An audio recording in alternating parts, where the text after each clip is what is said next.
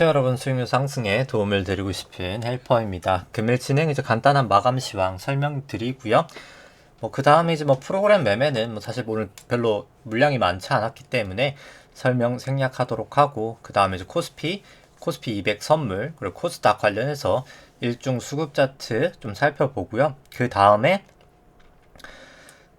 이제 누적 수급 차트 좀 살펴보도록 하겠습니다. 좀 시계열별로 현물하고 선물 좀 누적 수급 차트 좀 살펴보도록 하고요. 그 다음에는 차트 좀 지수 차트 보기에 앞서서 이제 어제 ECB 관련된 이슈도 있고, 어제 미국 주간 이제 실업 청구 건수 그런 건이나 아니면은 이제 향후 좀 있을 셔먼 미국 국무장관 중국 방문하는 것도 있고요. 부채 한도 협상 FOMC 관련돼서 그냥 간단하게 이야기하도록 하겠습니다. 그 다음에 이제 코스피 그리고 S&P에 대해서 좀 장기 파동은 생략하도록 하고, 좀 단기 파동 일봉으로 엘리어트 파동 이론과 일목균형표로 간단히 좀 보도록 하고요. 그 다음에 이제 V 코스피 안에 있는 내재 변동성과 이제 니케이는 오늘도 이제 휴장이죠. 이제 니케이 제외하고 이제 유럽 유로스톡스, 홍콩 항생, 그리고 중국 상해 종합, 대만 각권 좀 글로벌 지수들 살펴보도록 하고요. 그 다음에 이제 달러 인덱스, 달러 원, WTI, 금, 그리고 이제 국고채 10년, 미국채 10년 추이들 좀 살펴보도록 하겠습니다. 그 다음에 이제 개인적으로 보유하고 있는 키스코 홀딩스나 효성화학이나 LG전자, 그리고 이제 제일제당, DLENC, 현대해상, GS, 그리고 이제 KT 종목 좀 살펴보도록 하고요. 그 다음에는 이제 오늘 금요일이기 때문에 삼성바이오로직스, 카카오, 아마존, AMC 종목들 절대가치 평가나 상대가치 평가로 좀 살펴보도록 하겠습니다. 그리고 이제 오늘 좀 아쉬웠던 게 이제 제가 좀 관심 있게 보고 있다가 이제 매수는 못했었는데 유니드가 오늘 그냥 상한가를 쳐버렸습니다. 네, 이미 용어가 있더라고요. 맨날 이제 살 걸, 할 걸 해서 껄무새? 요즘에 그런 유행어도 있던데, 유행이 지났나요? 그럴 수도 있겠는데, 아무튼 간에 좀 아쉬운 점도 있는데, 일단 좀 이 부분은 제가 이 종목이 아쉬워서가 아니라, 키스콜딩스랑 DLENC랑 좀 연관이 되기 때문에 좀 이따 좀 언급드리도록 하고요. 그 다음에는 이제 파랑 색깔 이제 코스피 차트고요. 이제 빨간 색깔은 그 코스피 안에 있는 이제 기대 수익률을 이제 국고채 10년 금리로 이제 차감한 수치입니다. 이제 높을 때 저평가, 낮을 때 고평가를 나타내는 이제 수치고요. 코스피랑 S&P 지표 살펴보고, 그 다음에 이제 미국 S&P 지표를 이제 통화량 지표인 이제 M2로 나눈 지표고요. 이제 통화량 대비 저평가인가 고평가인가 좀 나타내는 지표고, 한국도 마찬가지로 이제 한국 M2로 나눈 지표를 좀 살펴보도록 하겠습니다. 그 다음에 이제 코스피, 코스닥, 신용장고 좀 추이들 살펴보고 오늘 방송 마치도록 하겠습니다. 이제 오늘 증시 같은 경우에는 사실 장 초반에 좀 하락도 했었다가 그냥 0.1% 정도 상승을 하면서 그냥 거의 보합권에서 마감이 됐었고요. 코스닥은 한 0.5% 정도 상승이 있었습니다. 이 파란 색깔하고 빨간 색깔 영역이 이제 프로그램 순매수 구간인데 사실 오늘 그렇게 규모 자체가 크진 않았기 때문에 영향도는 크진 않았었고요. 수급 한번 보시면은 오늘 같은 경우에 수급은 그렇게 크게 움직임은 없었습니다. 이제 아무래도 이거는 막판에 블락들인 것 같아서 이제 좀 제외하고 살펴봤을 때는 기관은 오늘 한 2,600억 정도 매수를 하였고요. 그 다음에 이제 개인은 한 800억 정도 매도, 그리고 이제 외인은 한 1,600억 정도 오늘 코스피는 매도가 있었고요. 선물 같은 경우에는 개인이 한 1,800억 매수, 외국인 한 480억 매수, 기관이 한 2,800억 정도 매도가 있었습니다. 코스닥 같은 경우에는 외국인이 한 700억 매수가 있었고요. 기관은 58억 정도 매수, 개인이 한 565억 정도 매도가 있었습니다. 그 다음엔 좀 누적 수급 좀 보시면은 일단 제가 이제 6월 11일부터 이렇게 설정을 해 놓은 것은 선물 만기가 이제 미니 선물을 제외하고는 이제 선물 만기가 3, 6, 9, 10이거든요. 이제 3단이기 때문에 분기별로기 때문에 이제 6월 10일 날, 그리고 이제 3, 6, 9, 10일에 둘째 주 목요일이 항상 선물의 이제 만기입니다. 6월 10일이 만기였었거든요. 그렇기 때문에 이제 선물은 만기가 되면 사라지기 때문에 이제 어차피 그 전 거는 그렇게까지 의미를 갖지는 못하거든요. 현물에 비해서. 이제 현물은 계속 누적되는 개념이지만 선물은 만기가 되면 사라지기 때문에 좀 그 이후로 보는 게 조금 더 지금 어느 구간에 누가 롱 포지션인지 누가 숏 포지션인지, 이제 롱 포지션이 이제 주가가 올라가면 이득 보는 포지션, 숏 포지션 내려가면 이득 보는 포지션이라고 생각하시면 되고요. 보기 위해서 선물을 좀 보기 위해서 돼 있는 거고, 이 맨 왼쪽 차트만 이제 1,000억 원 단위고 나머지는 다 조원 단위입니다. 현물 같은 경우에 이제 개인이 뭐 그냥 그때부터 한 10조 정도 매수를 했고, 이제 외국인하고 기관은 뭐 계속해서 매도 추세고요. 뭐 약간 좀 되돌리고 있긴 합니다. 이제 선물 같은 경우에는 외국인이 사실 좀 매도 추세다가 이제 어제 좀 거의 한 2조 가량 대규모 매수가 있으면서 뭐 거의 이제 뭐 그냥 또이또이 수준까지는 되돌렸고요. 뭐 기관은 좀 약간 매수 구간에 있습니다. 뭐 따라서 일단 보통 증시 방향을 외국인 선물이 결정짓는다라고 이제 보통 지금 진행이 그렇게 되고 있는데, 뭐 지금 외국인 포지션이 뭐 거의 중립에 가까운 포지션이기 때문에 향후에 좀 어떻게 될지는 조금 약간 아직은 추세가 정해지지 않았다라고는 보여지고요. 이 수치 같은 게 이제 올해 초부터인데, 뭐 개인 같은 경우에 올해 초부터 거의 한 61조 매수, 기관과 외국인은 뭐 계속 매도하고 있고요. 누적적으로 선물 같은 경우에는 뭐 외국인 매도, 기관 매수인데, 이제 기관 같은 경우에 현물을 매도하고 선물을 매수하는 이제 매도 차익 거래가 일단 뭐 계속 있는 영향이지 않나라고 보여집니다. 뭐 그 다음엔 이제 수급 차트가 이제 공시가 되는 2001년부터 했을 때는 뭐 원래 개인이 한 71조 정도 2019년 말까지 매도를 했다가 지금 현재 한 38, 한 39 정도 되네요. 정확하게 한번 보면은 한 38조 정도 순매수로 돌렸으니까 더하면 한 109억 정도, 109조 정도 엄청난 양을 매수한 상황입니다. 생각을 해보시면 뭐 대부분 들어오신 게 다 코로나 이후잖아요. 이제 코로나 이후로 많이 들어오셨는데, 생각을 하면은 그냥 어떻게 생각을 해보면은 코로나 이전에 투자하던 사람들은 돈이 없었기 때문에 코로나 바닥이 왔을 때 사실 못 샀겠죠, 많이. 근데 이제 돈이 있고 주식에 그때까지는 참여 안 하셨던 분들은 그때 뭐 많이 투자하셔서 아마 많이 이익을 냈을 거라고 보통 생각을 합니다. 근데 이제 중요한 것은 이제 내가 이렇게 돈을 많이 부으면 다음 위기가 왔을 때 사실 많이 못 들어가잖아요. 그래서 사실 지금 되게 개인분들이 몸이 무거워진 상태다라고 보여집니다. 왜냐면 증시가 계속 올라갔으니까 뭐 계속 많이 사고 계시겠죠. 그렇기 때문에 물론 뭐 제가 지금 뭐 당장 하방이다라고 할 만한 근거가 그렇게 엄청 많지는 않지만, 물론 이제 밸류에이션 부담도 있고 하지만은 충분히 좀 조심을 해야 되는 구간이다. 왜냐면 추세 자체가 지금 꽤나 장기간 되게 상당히 큰 규모로 지금 개인 매수, 외국인 기관 매도로 지금 이어지고 있어서, 그리고 이제 외국인 같은 경우에는 지금 선물이 이렇게 매수를 하면서 이렇게 하방 구간에 코로나 기간에 사실 수익을 많이 냈었거든요. 선물로. 근데 선물은 만기가 되면 다 사라지기 때문에 지금 외국인 같은 경우에는 막 그렇게 몸이 무거운 상태가 아닙니다. 그래서 무거운 건 결국 개인이기 때문에 좀 하방에 대해서 뭐 슬슬 좀 조심할 필요성은 있어 보이지 않나, 수급으로 보더라도 뭐 좀 생각이 되고요. 그 다음에 차트 보기에 앞서서 일단 뭐 어제 ECB 같은 경우에 이제 금리 동결은 다 되었었고요. 이제 팬데믹 긴급 매입 프로그램 거의 양적완화죠. 이제 PEPP 같은 경우에는 자산 매입 규모를 뭐 적어도 내년 3월까지 좀 지속할 계획이라고 밝혔습니다. 리가르드 이제 ECB 총재는 이제 새롭게 도입한 이제 인플레이션 목표치는 이제 뭐 기존 2% 바로 아래였었는데 2%로 이제 저번 회의 때 이제 수정이 됐었고요. 근데 이제 인플레이션이 일정 기간 2%를 좀 웃돌더라도 뭐 이를 용인할 것으로 좀 표명을 했고, 이는 이제 조기 긴축을 조금 피하기 위한 것임을 좀 강조를 했습니다. 그리고 이제 뭐 경제 재개로 서비스 소비가 회복이 되면서 유로존의 이제 3분기 성장률은 좀 긍정적일 것으로 예상을 했고요. 일단 뭐 최근 델타 변이 좀 확산으로 서비스 회복이 조금 지연될 가능성은 배제할 수 없다고 조금 우려를 나타냈습니다.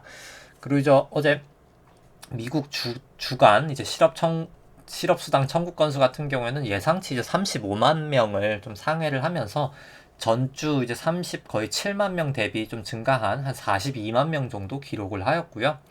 일단 뭐 시장에서는 이제 코로나19 델타 변이 확산에 따른 좀 일시적인 현상으로 보고는 있습니다. 그리고 이제 7월 25, 26 다음 주죠. 이제 미국 좀 셔먼 국무장관이 이제 중국을 조금 방문해서 왕이 외교부장과 회담 예정이고요. 이제 무역 문제를 포함한 좀 양국 마찰 요인의 좀 진전과 이제 미중 정상회담 뭐 성사 여부 이런 게 좀 관전 포인트지 않나, 생각보다 좀 중요한 이벤트가 될 수 있지 않나 생각이 되고요. 그리고 이제 다음 주까지 또 7월 말까지 이제 미국 부채 한도 협상이 있거든요. 정부 부채 관련해서. 그래서 이제 그 부분도 좀 이슈고, 이제 또 다음 주에 또 7월 27일부터 28일 또 미국 FOMC 회의도 있거든요. 그 부분에서 또 테이퍼링 언급이 어느 정도 수준에서 나올지도 좀 이슈입니다. 좀 다음 주에 좀 약간 굵직굵직한 이슈가 세 가지 있고요. 그래서 좀 다음 주가 결국 좀 변동성이 커지는 구간일 확률이 높지 않을까라고는 보여집니다. 그 다음에 이제 뭐 코스피 같은 경우에는 코로나 저점 이후로부터 이제 여기까지가 1파라고 생각을 하고요. 여기까지가 2파, 여기까지 1파, 여기 2파, 여기 3파, 여기가 4파, 그 다음에 여기가 5파라고 보여지고요. 여기가 이제 5파에 1파, 여기가 2파, 여기가 3파, 여기가 이제 4파, 그 다음에 여기가 이제 5파 진행 중이다 라고 보여집니다. 상승 파동이다 라고 생각을 해봤을 때는 여기가 이제 5에 아마도 5에 1파, 작은 1파, 2파, 여기가 이제 3에 1파, 그 다음에 여기가 3에 2파, 그 다음에 이제 여기가 3에 3이지 않을까라고는 상승을 한다고 봤을 때, 상승을 뷰라고 봤을 때 좀 보여지고요. 다만 이 마지막 5파가 그렇게 깔끔하진 않기 때문에 일단 이럴 땐 그냥 추세로 좀 대응을 해야 되지 않을까라고는 보여집니다. 일단 일목균형표 일봉상으로 봤을 때 일단 오늘 기준선을 조금 넘어가려고 하다가 좀 기준선에서 좀 저항을 받으면서 넘어가진 못했었고요. 다만 뭐 저항 이제 기준선 위로는 소폭이나마 올라왔기 때문에 전환선하고 추세 자체가 뭐 아주 나쁜 것은 아닙니다. 26일 후행 스팬도 아직은 역전돼서 아주 좋다고는 말할 순 없지만은 일단 뭐 구름대 위고 기준선 위기 때문에 26일 후행 스팬만 호전되면 조금 더 긍정적인 모습일 것 같고요. 그리고 지난번에 이제 추세선을 그어봤을 때 이 저점과 가장 최근 저점인 7월 9일 저점을 그었을 때 이제 그 하단을 깨지진 않았었거든요. 그래서 일단 뭐 여기 이 추세선이 깨지기 전까지는, 이 추세선이 결국 지금 구름대 상단 쪽이죠. 여기를 이제 종가 기준으로 좀 깨기 전까지는 뭐 굳이 사실 뭐 미리 매도를 할 필요는 없을 것 같고요. 그 다음에 이제 기존에 그 전에 7월 9일 전 추세선 이제 5월 13일 저점하고 연결을 해 봤을 때는 이 추세선을 또 상방으로도 못 넘었었습니다. 그래서 이제 여기 밑에 추세선과 이 위에 추세선 중 어디를 먼저 넘냐가 문제인 것 같고요. 그 다음에 이제 여기 고점을 넘으면 뭐 가장 확실할 것 같고요. 이제 상방 추세가 밑으로 봤을 때는 일단 여기 저점을 좀 깨면 조금 더 확실해질 것 같습니다. 일단 뭐 하방으로 봤을 때는 이 추세선과 이 구름대 하단을 깨버리면 뭐 가장 확실할 것 같긴 하고요. 일단 뭐 그렇게 생각하면 1차 추세선, 여기가 2차 추세선이라고 보여집니다. 일단 뭐 아직까지는 결국 추세가 아직은 조금 애매하다. 그냥 지금은 위든 밑이든 그냥 튈 수 있는 구간이다 라고만 생각이 되고요. 그 다음에 사실 오늘 분봉으로 봤을 때 120분봉으로 봤을 때가 조금 신기한 모습을 나타냈었는데, 뭐 특히 이 부분은 그냥 코스피 200으로 한번 보도록 하겠습니다. 이제 뭐 선물이 코스피 200이고 해서 코스피 200으로 저는 이제 보통 더 많이 보는데요. 이제 코스피 200으로 보시면은 120분봉 보시면은 지금 50일, 이 검은 색깔이 50일 이동평균선이거든요. 50일 이동평균선과 빨간색 200일 이동평균선 기준선이 다 모이면서 오늘 주가가 이 50일 이동평균선에서 딱 그냥 벗어나질 못하면서 좀 타고 내려왔습니다. 이제는 완전 주가랑 모든 게 다 모여 있거든요. 그렇기 때문에 아마도 뭐 다음 주 월요일에 전 위든 미치든 좀 튀지 않을까라고는 보여지고요. 상당히 이제 여러 가지 추세선들이 다 모여 있기 때문에 볼린저 밴드도 모여 있고요. 뭐 내일이나 이제 월요일이나 화요일 둘 중에 하나 아무래도 좀 튈 확률이 높다라고 보여집니다. 일단 튄 다음에 이 구름대를 좀 넘기는 게 가장 좋은 모습이 될 것 같고요. 그리고 이제 240분봉 같은 경우에 코스피 200으로 이제 매일 이제 비슷한 얘기지만은 저번 이제 작년 이제 10월 30일 때도 딱 여기를 200일선, 여기 200일 이동평균선을 딛고 반등을 했었고, 그 다음에 이제 여기 5월 13일 때도 이 부분에서 딛고 반등, 그 다음에 이제 7월 9일도 200일 이동평균선 딛고 반등, 이번에 7월 21일에도 딛고 반등을 했기 때문에 일단 뭐 가장 중요한 추세선으로는 이제 200일 코스피 200에 240 분봉에서 200일 이동평균선이지 않나라고 보여집니다. 이제 240분봉을 봤을 때도 여기서 이제 기준선에서 좀 약간 저항을 보였거든요. 그래서 뭐 120분봉으로 보든 240분봉으로 보든 일단 이 추세선들을 좀, 이 저항선을 일단 좀 넘어야 되지 않을까라고 보여집니다. 상방으로 봤을 때는요. 그 다음에 뭐 주봉으로 봤을 때 일단 뭐 코로나 저점 이후로 이제 여기 바닥부터 여기까지가 이제 65주 변화일이 이제 왔었거든요. 뭐 여기서 여기까지 뭐 22, 뭐 그 다음에 여기서 여기까지 뭐 22, 뭐 여러 가지 사실 변화일들이 다 많이 왔었기 때문에 여기서 또 여기까지가 뭐 33, 33, 뭐 대등 수치도 와서 여기도 좀 변화 가능성이 있지 않을까라 했는데 변화가 안 됐기 때문에 안 막으면 이제 그럼 76 변화일까지 그냥 좀 위든 아래든 좀 추세가 움직일 것 같고요. 또 공교롭게도 여기 고점부터 여기가 딱 33 기본 수치도 나오기 때문에 여기가 이제 고점이거나 저점이지 않을까. 그리고 또 심지어 또 이날 이 주가 또 미국 잭슨홀이 있는 주간이거든요. 이제 테이퍼링을 아마 발표할 것으로 유력하게 예상이 되는. 그래서 여기가 이제 고점이 되거나 뭐 저점이 될 것 같은데 그냥 뭐 지금 분위기상으로는 저는 좀 고점이 될 확률이 더 높지 않나라고는 보여집니다. 근데 일단 뭐 좀 아직 추세가 확실하진 않아서 좀 지켜봐야 될 것 같고요. 위든 미치든. 그 다음에 이제 뭐 미국 같은 경우는 일봉상 이제 여기가 1파 코로나 저점 이후로 여기가 1파 여기가 2파 여기가 3파 여기가 4파 그 다음에 여기가 이제 5파라고 보여지고요. 상방으로 봤을 때 이제 여기가 1파 여기가 2파 여기가 3파 여기가 4파 여기가 이제 마지막 5의 1파 2파 여기가 이제 3파 구간이다 라고 보여집니다. 근데 일단 마지막 여기 5파가 계속 좀 미국도 그렇고 우리나라도 그렇고 잘 읽히진 않아서 일단 추세를 보는 게 맞을 것 같고요.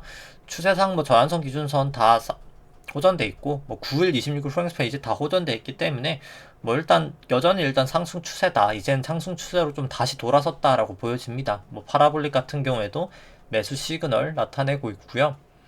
그래서 뭐 특별하게 뭐 사실 지금 문제는 없는 상황이고 근데 뭐 일단 다만 뭐 120분봉상 분명히 좀 과열권에 들어가 있어서 뭐 언제든 좀 단기 조정이 나타나도 이상하진 않습니다. 그리고 일단 뭐 S&P는 가장 중요한 게 일단 뭐 전고점 거의 다 와 있거든요. 여기를 이제 넘기냐 마냐가 뭐 가장 중요할 것 같고요. 넘기면 조금 더 위로 상방으로 볼 수 있지 않을까라고 보여집니다. 근데 이제 또 S&P가 아닌 나스닥을 봤을 땐 전고점을 지금 선물 시장이나마 넘어버렸거든요. 뭐 그렇기 때문에 뭐 좀 제가 봤을 때 잭슨홀 그때까지 그냥 상방으로 갈 확률이 조금 더 과거에 대비해서 좀 높아지지 않았나. 아직까지 우리나라 추세선들이 다 넘은 건 아니지만은 우리나라에 아무래도 미국 시장이 어느 정도 영향을 미친다라는 걸 감안해 봤을 때는 좀 상방일 가능성이 조금 이전에 비해서는 좀 높아졌다라고는 보여집니다.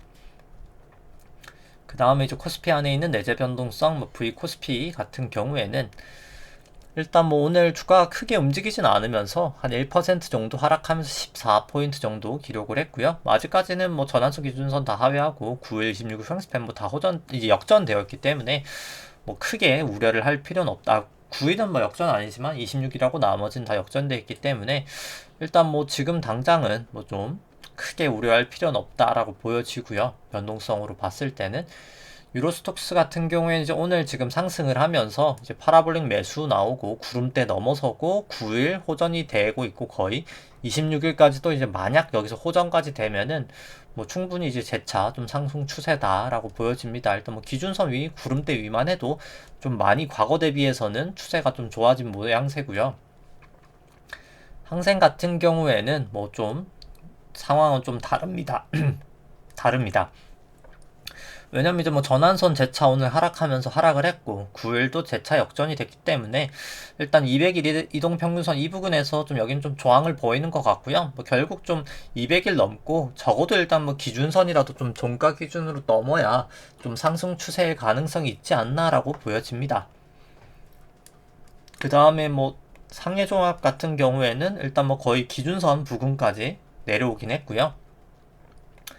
일단 뭐 다만 뭐 아직까지는 다 뭐 호전이 돼 있어서 전환선 기준에서 역전돼 있는 거 빼고는 일단 뭐 좀 상해 종합 같은 경우 뭐 추세를 조금 더 지켜봐도 되지 않을까 싶긴 합니다. 뭐 기준선 뚫고 뭐 구름대 안으로 들어올 때까지는 좀 지켜볼 수 있는 상황인 것 같긴 하고요. 뭐 대만 가권 같은 경우에는 뭐 크게 움직임은 없습니다. 그냥 기준선 전환선 사이에 있고 26일 아직 호전돼 있기 때문에 뭐 그렇게 차트가 아주 나빠 보이진 않고 볼린저 밴드가 사실 모여 있기 때문에 이제 곧 위든 미치든 좀 튈 것 같고요. 여기는 달러 인덱스 같은 경우에는 뭐 계속 그냥 좀 아무래도 뭐 테이퍼링도 있고 뭐 요즘 그냥 좀 생각보다 이제 채권 금리가 지금 상당히 낮아졌거든요. 이제 좀 약간 안전자산 선호 형상이 뭐 증시는 좀 반등은 하고 있지만은 어떻게 보면 안전자산에 대한 수요는 뭐 계속 좀 있는 것 같습니다. 뭐 그렇기 때문에 채권도 그렇고요. 그렇기 때문에 일단 뭐 달러에 대한 수요가 이제 계속 있다 보니까 뭐 일단 뭐 달러 인덱스 계속해서 일단 아직까지는 상승 추세의 모양이고요. 뭐 달러원은 뭐 오늘 소폭 상승을 하면서 뭐 달러원도 일단 아직까지는 계속 그냥 상승 추세의 모양입니다. WTI 같은 경우에도 이제 상승을 하면서 26일 다시 오전되고 뭐 기준선 위로 올라왔기 때문에 일단 뭐 큰 문제 없어 보인다라고 생각이 되고요. 추세상으로 이제 다시 금선물 같은 경우에는 뭐 소폭 상승을 하였습니다. 일단 뭐 실질금리가 어제는 또 소폭 하락하게 좀 상승을 하긴 했는데 일단 뭐 좀 소폭이나마 반등은 했고요. 근데 그럼에도 불구하고 일단 아직까지는 구름대 미치고 뭐 다 역전돼 있기 때문에 뭐 일단 좀 아주 차트상으로는 좋지 않다고 생각하고 금은 지금 단기적으로는 조금 부정적이고 저는 좀 중장기적으로 괜찮지 않나라고 생각을 합니다. 실질금리가 지금은 이제 마이너스권이거든요. 어제자로 이제 마이너스 0.98 정도 되는데 98% 정도 되는데 일단 뭐 저 같은 경우에 테이퍼링하면 결국 한 제로까지 0% 정도 부근까지 되기 때문에 실질금리가 올라가면 금은 보통 떨어지거든요. 그 다음에 이제 랠리를 금이 하지 않을까라고는 보여지고요. 그 다음에 이제 국고채 10년물 같은 경우 오늘 한 3bp 정도 하락을 하면서 1bp가 이제 0.01%인데 일단 뭐 추세는 계속 안 좋습니다. 200일移평균선 여기서 이제 반등을 하냐 마냐가 관건인 것 같고요. 미국채 10년물 같은 경우는 좀 그래도 오늘 반등하면서 일단 뭐 전환선 위에는 와 있는데 일단 뭐 적어도 일단 기준선 위라도 좀 종가 기준으로 좀 넘어야 되지 않을까라고는 일단 보여집니다. 좀 상방으로 추세가 가려면. 그 다음에 이제 뭐 키스코 홀딩스 종목 설명에 앞서서 일단 아까 제가 유니드를 굳이 언급을 드렸던 게 오늘 이제 상한가로 마감이 됐었고요. 유니드 뭐 실적 전망치 뭐 이렇게 나온다라고 가정을 했을 때 유니드가 그래도 한 오늘 상한가 친 거 감안했을 때도 한 141% 정도 이제 상승 여력은 있다라고 나옵니다. 물론 이제 상한가 치기 전이었으면 훨씬 더 좋았겠죠. 이제 유니드 같은 경우가 제가 뭐 오르고 나서 이제 굳이 지난 거를 설명을 하는 게 유니드 같은 경우 이제 차트 딱 볼린저밴드 모였다가 이제 딱 벌어지면서 이제 잘 올라갔었는데 이제 뭐 저희가 산 게 뭐 사신 분이면 당연히 축하드리지만 뭐 안 샀으니까 저는 뭐 안 샀으니까 뭐 사실 굳이 상관은 없는데 제가 굳이 이렇게 설명을 했던 게 예전에 이제 키스코랑 뭐 DLNC 하면서 제가 설명을 드렸었는데 이제 막 건설할 때 뭐 여러 가지 들어가지만 뭐 사실 재료가 이제 들어가는 게 이제 파일이 들어가고 뭐 그 다음에 이제 철근 이제 뭐 시멘트 철근 들어가고 그 다음에 이제 뭐 마지막으로 들어가는 게 이제 저런 저 유니드가 하는 MDF 뭐 이런 거거든요. MDF 막 그 나무 판자들 있잖아요. 뭐 인테리어 할 때도 쓰고 뭐 이제 바닥 할 때도 쓰고 하는 그런 거 이제 바닥재 뭐 이런 것들 이제 그런 거거든요. 지금 올라가고 있는 추세가 뭐 여기 이제 뛰었었고요. 철근도 한 번 다 뛰었었고 여기도 한 번 뛰었었다가 지금 여기 부근 이제 실적이 좋게 나온다는 게 이제 MDF 만든 저 유니드가 오늘 실적이 상당히 잘 나와가지고 실적이 좋아서 이제 2분기 잠정 실적이 좋게 나오면서 이제 날라갔던 거거든요. 아마 이제 그래서 얘네를 다 포괄하는 게 결국 건설사고요. 아마 뭐 저 같은 게 이제 파일은 뭐 그렇게 크게 좀 메리트가 있는 업체는 크게 없는 것 같아가지고 뭐 파일은 관심 갖지 않고 이제 철근이 이제 키스코고 저 같은 경우에 글씨를 못 써서 그냥 키스코고 이제 건설사 같은 경우에 저는 이제 DLNC 우선주를 들고 있는데 그래서 일단 뭐 MDF가 이제 날라갔는데 이제 뭐 결국 뭐 철근이나 제가 봤을 때 건설사도 실적이 잘 나오지 않을까라고는 보여집니다. 물론 이제 2분기 실적은 저는 건설보다는 뭐 철근 쪽이 훨씬 더 상대적으로는 일단 뭐 잘 나오지 않을까라고 보여지고요. 뭐 개인적으로 키스코도 이제 사실 실적은 2분기는 상당히 어마어마하게 잘 나올 거라고 봐서 이제 좀 유니드처럼 이제 2분기 실적 나왔을 때는 좀 잘 올라갔으면 하는 바람으로 일단 요인들을 설명을 드렸었고요. 일단 뭐 실적 자체는 뭐 충분히 잘 나올 거라고 생각을 합니다.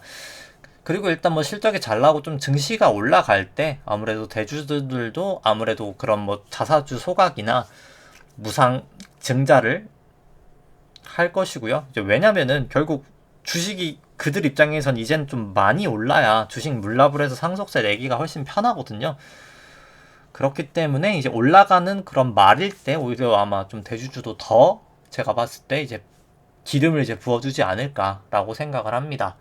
일단 1차적으로 뭐 철근 랠리 할 때 뭐 한국철강이랑 많이 올랐었잖아요. 이제 뭐 대한제강은 더 많이 올랐었고 이렇게 좀 올라갈 때 자사주 매입하면서 일단 좀 부스팅 시켜주면서 자사주 매입을 하고 그 다음에 재차 이제 반등을 할 때 그때 아마도 이제 그런 뭐 자사주 소각이나 좀 그런 걸 하지 않을까라고는 보여집니다. 일단 뭐 차트상으로는 MACD 이제 매수 시그널 나오고 기준선 부근에서 오늘 뭐 막히긴 했지만 일단 뭐 차트 흐름 자체가 뭐 이 구름대 상단을 타고 가는 걸 봤을 때는 뭐 괜찮은 모양이다. 파라볼릭도 매수 시그널 나오고 일단 뭐 차트상은 그렇게 크게 나쁘지 않은 모양새로 보여지고요.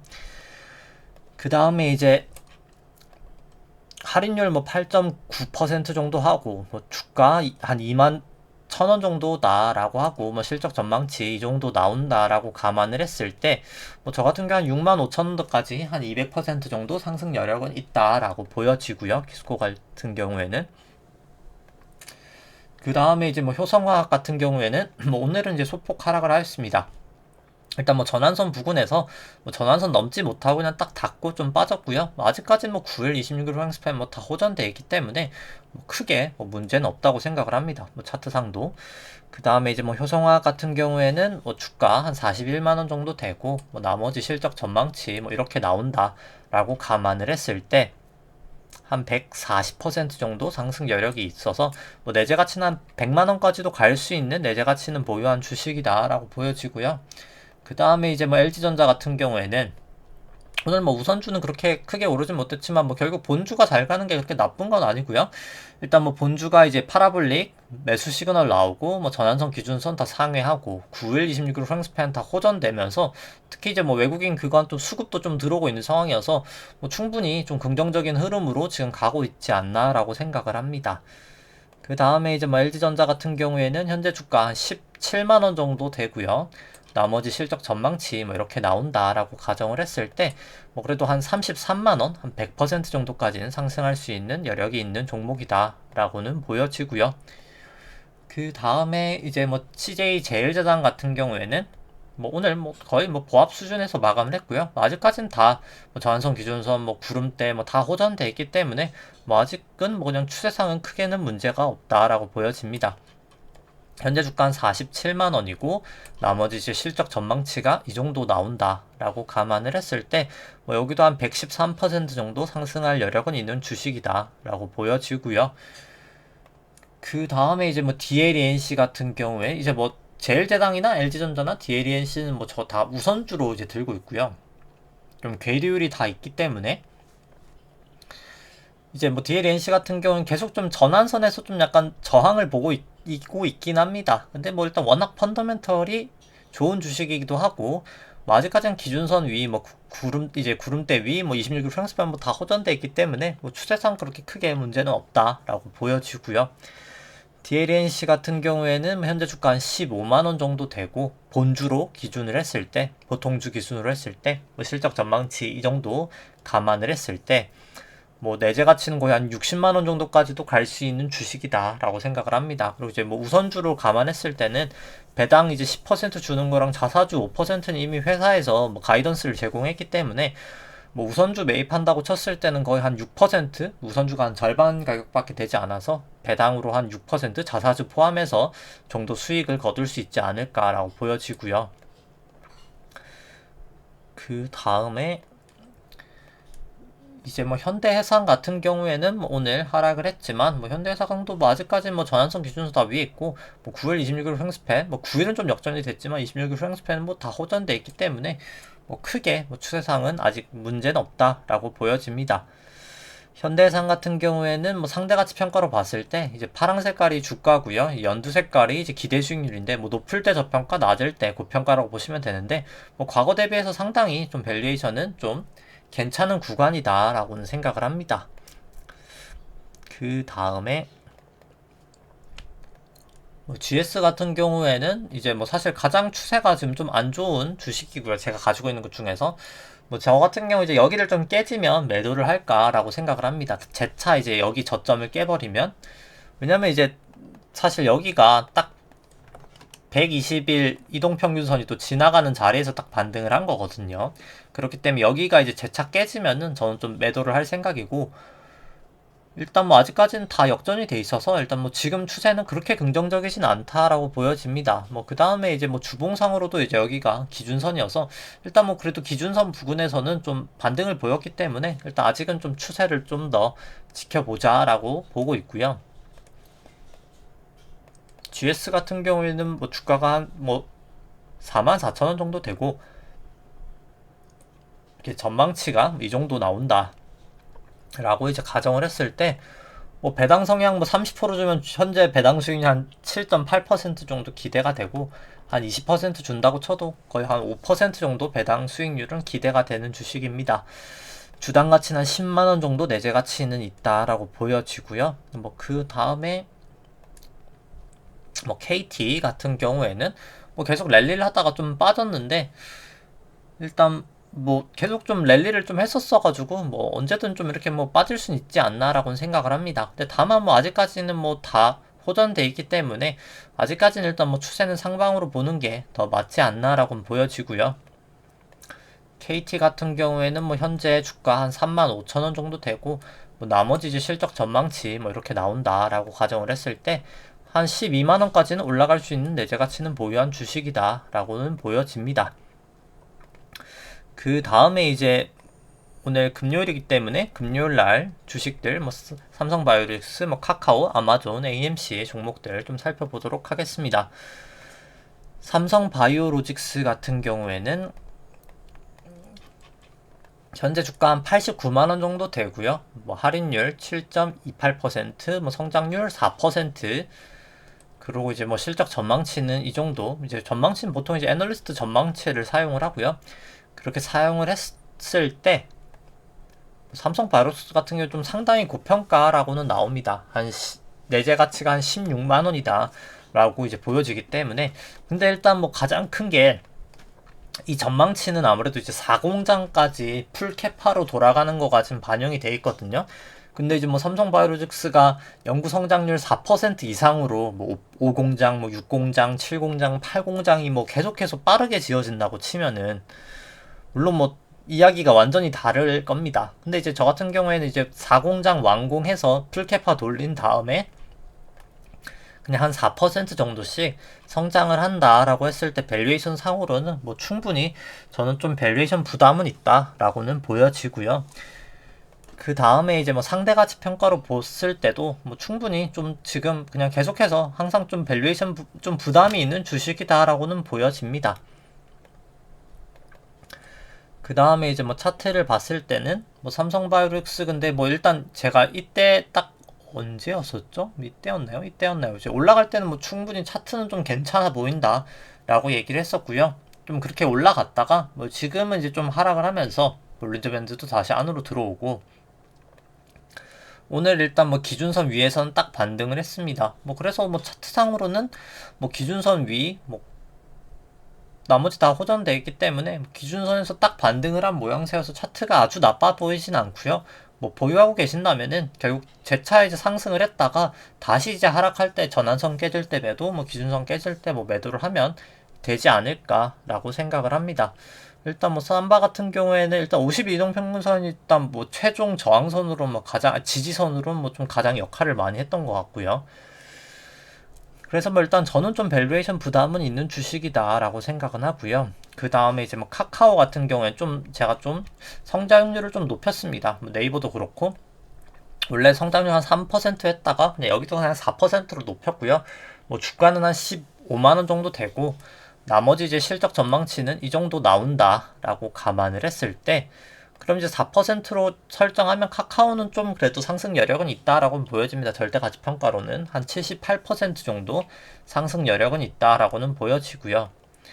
다만 이제 뭐 상대가치평가로 봤을 때는 카카오도 워낙 랠리를 많이 했기 때문에 상대가치평가로는 뭐 충분히 밸류에이션 부담은 있다라고는 보여집니다.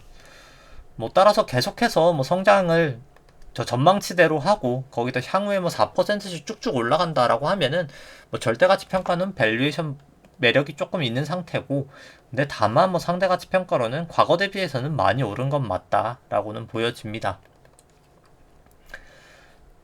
다만 이제 뭐 카카오 차트 같은 경우에는 일단 뭐 전환선 기준선 역전이 되면서 일단 뭐 주가가 26일 후행스팬까지도 역전이 됐기 때문에 일단 뭐 차트는 긍정적이진 않은 것 같고요. 일단 뭐 카카오 같은 경우에도 50일 이동평균선 부분에서 항상 좀 반등을 했었기 때문에 뭐 이때도 그렇고요, 이때도 그렇고요. 일단 뭐 50일 이동평균선을 뭐 깨냐 마냐가 보유하고 계시고 있다면은 뭐 제일 관건일 것 같습니다. 뭐 깨지면 미련 없이 좀 매도를 해야 될 것 같고요. 지금도 이미 뭐 기준선은 깬 상태여가지고 뭐 충분히 매도를 했어도 이상한 상황은 아니지 않나. 특히 26일도 역전이 됐기 때문에 그렇게 생각을 합니다. 그 다음에 이제 아마존이랑 AMC 차트 보시면은 아마존 같은 경우에 오늘 또 재차 반등을 하면서 전환선 기준선 뭐 26일 프랭스팬 뭐 다 호전됐기 때문에 뭐 추세상으로는 뭐 지금 이제 아무 이상이 없고요. 뭐 그래서 뭐 충분히 뭐 지금 차트상으로는 괜찮은 차트다라고 보여지고, AMC 같은 경우에는 뭐 아직까지 전환선 기준선 다 역전이 되고 9일 26일 프랭스팬 뭐 다 역전됐기 때문에 뭐 저는 뭐 사실 추세상으로는 좀 안 좋은 추세다라고 보여집니다. 뭐 과거에도 일단 구름대를 넘으려다가 못 넘었기 때문에 뭐 저는 좀 차트는 안 좋고 뭐 밸류에이션도 그렇게 좋지 않은 주식이어서 뭐 좀 매도를 하시는 거를 저는 뭐 권장해 드리고요. 올라갈 수는 있겠지만 일단 뭐 리스크가 충분히 있어가지고 좀 너무 하이 리스크 하이 리턴이지 않나라고는 보여집니다. 그 다음에는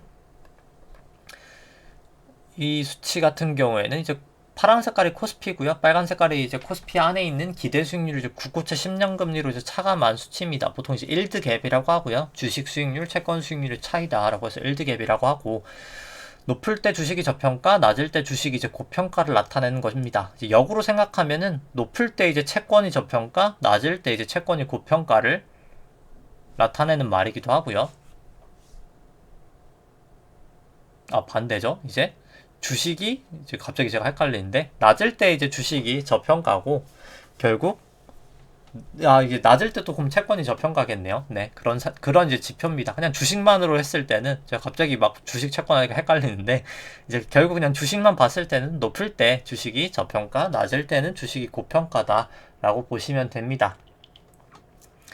근데 뭐 거의 거울처럼 움직이거든요. 특히나 이제 짧은 추세로 봤을 때는 뭐 지금 일단 2019년 이후로는 뭐 밸류에이션 부담이 좀 계속 컸다가 좀 최근에 금리가 빠지고 주가도 살짝 빠지면서 좀 밸류에이션 부담이 조금은 해소된 상황이다라고는 보여집니다. 다만 뭐 절대적으로는 뭐 충분히 밸류에이션 부담은 있어 보이고, 뭐 2000년도부터 뭐 좀 긴 시계열로 봤을 때도 양적 완화 이후 이제 2008년 이후 시즌만 봤을 때는 뭐 밸류에이션 부담이 뭐 그래도 좀 있는 구간이다라고는 보여집니다. 그리고 이제 뭐 S&P랑 코스피랑 뭐 같이 1등에 돼 있는 걸 봤을 때는 뭐 과거에는 보통 이제 비슷하게 갔었죠. 뭐 그러다가 이제 미중 무역 분쟁 뭐 하면서 약간 좀 틀어졌었는데 미국이 조금 더 랠리를 많이 했었고요. 뭐 그렇기 때문에 일단 지금은 그냥 밸류에이션 상으로는 미국이 조금 더 고평가라고는 보여지고 두 나라 다 일단 좀 밸류에이션 부담은 있어 보인다 라고 생각을 합니다. 일단 여기에 여러 가지 가장치가 들어가는데 뭐 저 같은 경우는 한국 성장률은 2.8%, 미국은 3.4%, 뭐 상당히 좀 높은 수준으로, 특히 이제 한국은 높은 수준으로 설정을 했고요. ROE도 이제 한국은 8.5%, 미국은 14%, 충분히 높은 수준으로 설정을 했기 때문에 제가 봤을 때 뭐 상당히 뭐 좀 밸류에이션 부담은 제가 좋게 설정을 했기 때문에 좀 높은 것도 어느 정도 상황이 맞기 때문에 좀 밸류에이션 부담은 충분히 있는 구간이다 라고는 보여집니다. 그 다음에 이 수치는 이제 아까 일드갭은 이제 국고채 10년 금리로 차감을 했다면은 지금 이 수치는 나눈 수치고요. 이제 미국 이제 연방준비은행에서 많이 이제 국가별 밸류에이션 할 때 많이 사용한다고 해서 이제 페드 모형이라고 합니다. 조금 더 이제 금리에 민감한 모형이고요. 뭐 과거 대비해서 여기도 뭐 최근에 이제 금리가 빠지면서 좀 반등은 했지만 뭐 그래도 좀 조심할 단계이긴 하지 않나라고는 보여지고, 금리라는 게 또 만약에 또 다시 올라가면 재차 좀 리스크가 있는 구간이 생기지 않을까라고는 보여집니다. 미국 쪽이 특히 금리가 많이 빠지면서 좀 많이 반등은 했었고요. 그 다음에 이제 S&P를 통화량 지표인 M2로 나눈 지표입니다. 이제 통화량 대비해서 높을수록 고평가, 낮을수록 저평가를 나타낸 지표고요. 뭐 현재는 이제 닷컴 버블 이후로는 뭐 사상 최고치입니다. 미국은. 뭐 그렇기 때문에 통화량 대비해서도 이제 밸류에이션 부담은 있다라고 보여지고, 한국 같은 경우에 이제 통화량 대비해서 사상 최고치까지는 아니지만 뭐 상당히 그래도 높은 구간이다라고는 보여집니다. 뭐 여러 가지 지표들로 다 봤을 때 이제 미국보다는 한국이 조금 더 밸류에이션 상은 나아 보이는 건 사실이고요. 그 다음에 이제 뭐 신용잔고 보시면은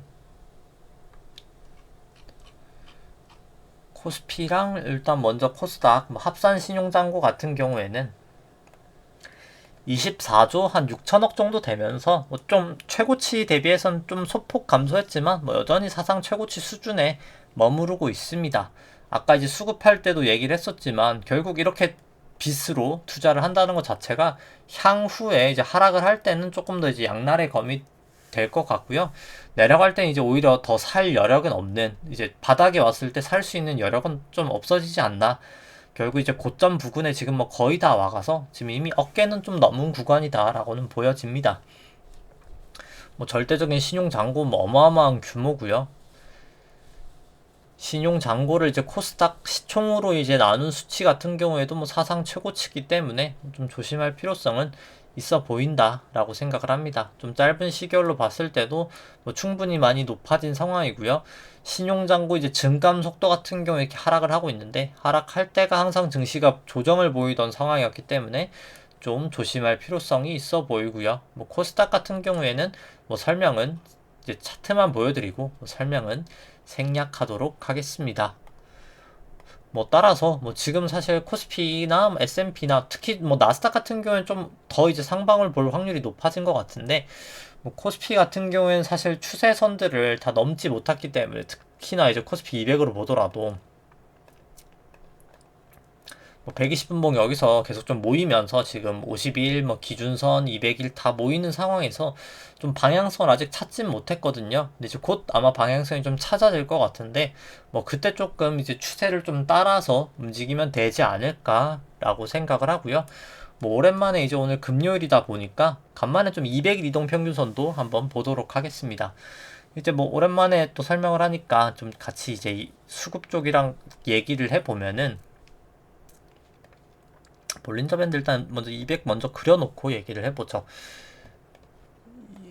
볼린저 밴드 200일을 봤을 때 보시면 이제 외국인 선물이 이탈했을 때랑 한번 여기 보시면은 조금 더 이해하기가 쉬우실 것 같은데요. 이제 뭐 외국인이나 기관이 이제 이렇게 파는 이유가 뭘까에 대해서 한번 생각을 해보면은 상당히 많은 부분을 팔았었죠. 그리고 딱 보시면 여기 딱 삼성전자 막 하루에 7%씩 가던 그 부분부터 이제 외국인은 선물을 이렇게 매도를 쭉쭉 하고 있고요. 이제 왜 그런 현상이 나타나는지 그냥 볼린저 밴드로도 어느 정도 이제 설명이 됐는데, 보시면은 이제 이게 그 시골 의사분 박경철 의사분이 이제 쓴 주식 투자란 무엇인가에 1권인지 2권인지 나오는지 모르겠는데 이제 거기 나오는 내용입니다. 그분 뭐 이 책 한번 안 읽어보셨으면은 뭐 저한테 뭐 책이 팔린다고 도움되는 건 없지만 충분히 좀 괜찮은 좋은 책이다라고 생각하기 때문에 좀 읽어보시는 것은 뭐 개인적으로 추천을 드리고요. 뭐 그냥 상당히 좀 의사시지만은 제가 봤을 때 좀 금융 쪽 지식이 충분히 엄청나게 좀 많이 있으시지 않나라고 제가 읽으면서 생각이 되더라고요. 일단 그분이 이제 쓴 내용인데, 이제 고래라고 생각을 해보죠. 고래. 큰 생선 같지만은 이제 고래다라고 생각을 해보면은, 이제 고래가 이제 외국인이 특히나 이제 고래죠. 이제 지분이 워낙 많다 보니까 외국인이 그냥 보통 그냥 일반적인 장세에서는 팔 수가 없습니다. 왜냐면은 뭐 예를 들어서 시가총액 1000억짜리에 뭐 제가 대주주여서 한 700억 들고 있는데 제가 팔 수는 없잖아요. 제가 팔면 뭐 하한가 될 테니까요. 블록딜밖에 안 되는데 뭐 외국인이 모든 뭐 가지고 있는 주식을 다 블록딜로 할인을 해서 팔 수도 없고, 결국 고래가 그냥 보통 이렇게 연못에 이렇게 빠져 있을 때는, 연못이라고 하면요, 여기 계서 연못이다 하라고 하면은 나갈 수가 없습니다. 거래량이 안 터지니까 나갈 수가 없거든요. 근데 이렇게 코로나 때처럼 보시면은 막 이렇게 코로나 때처럼 코로나 이후로 막 개인 수급이 이렇게 막 물밀듯이 밀려 들어오면은 그때서야 이제 고래들이 이제 이 엄청난 수급에 힘입어서 비가 막 내리는 거죠. 엄청나게. 그러니까 바다처럼 이렇게 되면은 바다랑 이 연못이 결국 연결이 돼서 이 고래가 유유히 이제 빠져나갈 수 있는 겁니다. 이제 그렇기 때문에 결과적으로 이제 외국인과 기관이 이제 그런 고래가 이제 비가 오는 상황에서 이제 바다로 이제 빠져나갈 수 있었다고 해서 거의 손실 없이 109억이란 어마어마한 돈을 매도를 하면서 그냥 빠져나간 것이고요. 이제 기관은 이 상황에서 그냥 매도 차익 거래를 하면서 이제 매도 차익 거래도 있었고, 특히 이제 최근 같은 경우가 이제 올해 같은 경우가 매도 차익 거래가 있었고, 작년 같은 경우에는 그냥 다 팔아버렸거든요. 그냥 다 팔아버렸었고, 이제 올해 같은 경우는 매도 차익 거래고, 외국인은 어떻게 보면 기관보다는 조금 더 스마트하게 현물은 매도하면서 선물을 매수하면서 사실 수익은 좀 지키면서도 물량을 좀 줄이는 전략을 택했습니다. 뭐 개인 같은 경우에는 뭐 선물은 거의 그대로였었고 결국 현물로 이제 매수를 했었는데, 결국 이제 개인이 B의 역할을 했었고 이제 나간 거는 결국 뭐 외국인과 기관이었고, 이제 기관은 어떻게 보면 좀 손해를 보면서 나갔고, 외국인은 어떻게 보면 현명하게 선물을 매수하면서 손해도 보지 않고 이득을 보면서 좀 마음 편해 나가겠다가 이제 어떻게 보면 결론인데, 근데 이제 거기서 200일 이동 평균선으로 볼린저 200으로 어떻게 보면 그 고래가 나가는 지점을 좀 택할 수가 있습니다. 그러니까 결국 이 볼린저 200이 이제 넘어가는 이 부분들이 그냥 비가 많이 온 구간이다 라고 생각을 하시면 됩니다.